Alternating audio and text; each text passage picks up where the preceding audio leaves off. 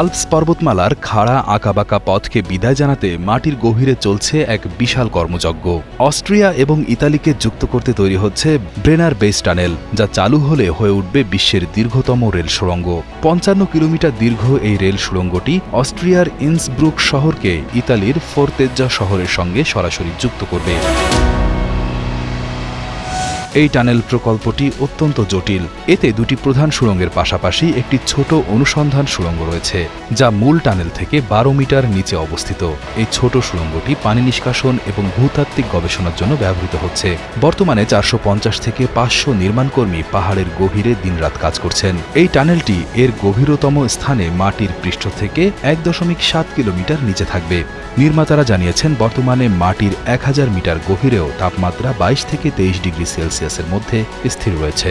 আশা করা হচ্ছে এই সুবিশাল প্রকল্পটি ২০৩২ সালের মধ্যে সম্পন্ন হবে।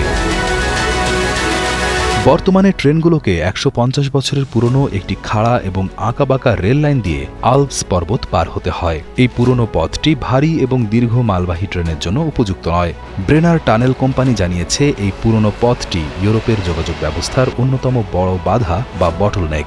এই নতুন সুড়ঙ্গটি শুধু জার্মানির মিউনিখ এবং ইটালির ভেরোনার মতো বড় বড় অর্থনৈতিক শহরগুলোকেও ভালোভাবে সংযুক্ত করবে না, বরং এটি উত্তর ও দক্ষিণ ইউরোপের মধ্যে যোগাযোগের প্রধান করিডোর হয়ে উঠবে। বিবিটি এর হেড অফ কমিউনিকেশনস জুলিয়া গ্রুবার জানান, সুড়ঙ্গটি তৈরি করা হলে আরও ভারী মালামাল বহন করতে পারবে ট্রেনগুলো।